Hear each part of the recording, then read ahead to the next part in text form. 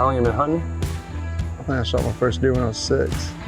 My dad had the gun on his shoulder, and you know, I was just looking through the scope and pulled the trigger, so. 30 years later, still hunting. Still going. So why do you hunt?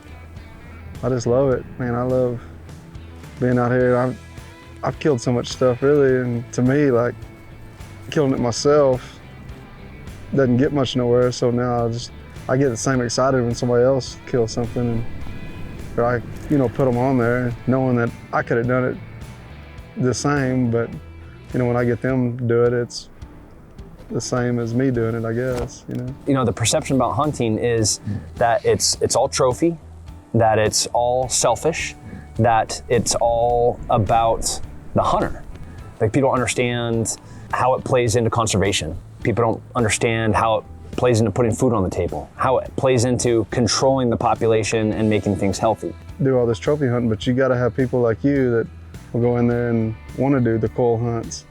And you know, that not just here for the horns, here for the meat, and you know, and keep killing all these trophies. You'll never have, all you'll have is culls before too long. I don't want a trophy, I'm just here for meat.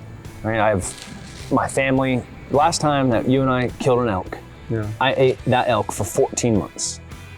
A new elk is gonna last, like, we shoot a cull elk, that's gonna last me a year. Oh, yeah. That's a lot of meat. So these elk, they're wild. These are Texas. Well, a lot of people don't know about Texas free range elk or low fence elk, whatever you want to say, but these elk, you know, were brought in here, but now, like, every elk here now has been born out in the wild, free range, you know, low fence, however you want to say it. You have a trophy elk, which is, not only is it delicious, but it's a beautiful specimen, right? Big, huge, broad, gorgeous antlers. And so I don't want that right now, because I want meat. And I want that big bull to pass on those awesome genetics to a female, to a cow. And then she's gonna have somebody that's gonna have the genetics to have a big, massive rack for a new bull. Where I'm looking for, like, a weirdo. Right.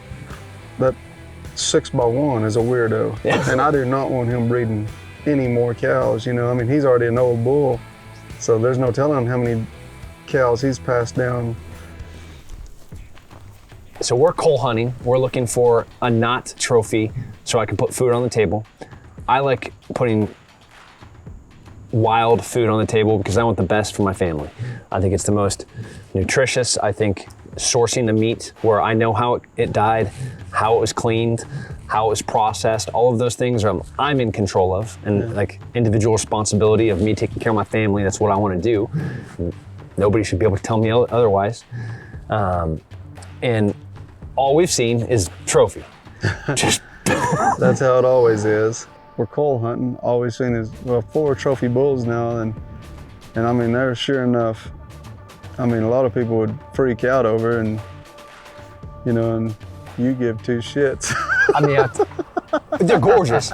So when that bull came over the top the first time, it was like 100 meters away. I mean, he's something that people would pay tens of thousands of dollars to shoot, and it is just beautiful. We all just stopped. We're in the middle of a hunt. Right. We're looking for something specific, but we just stopped for 20 minutes, and until that bull was done doing what he was doing, we just watched him. He was a real nice bull. He's gorgeous. His big well tails, and his fifth on his left side was real good. His right side was broke, I think. I couldn't tell, but if it would have matched, he's a 375, 380 easy. Where we are, bow hunting, kind of hard. Yeah. Why don't you let people bow hunt here?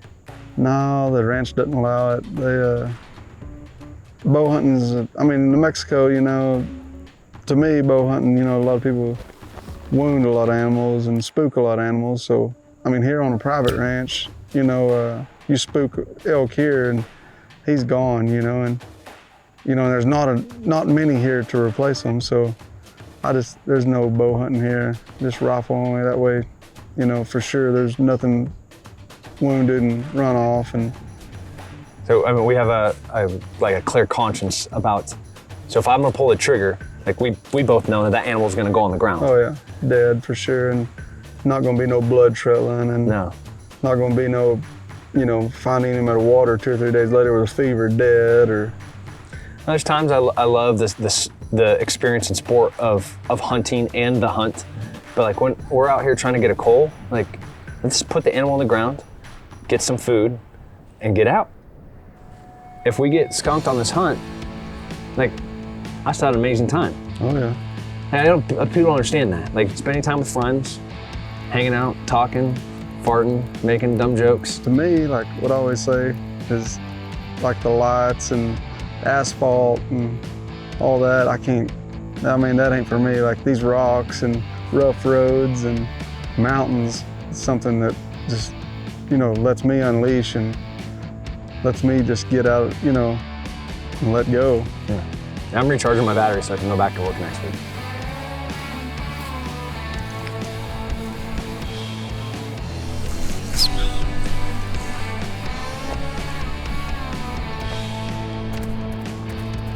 Hold on, there's two. That's a coal.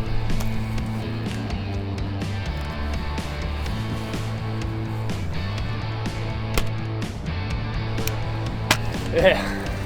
Got it now.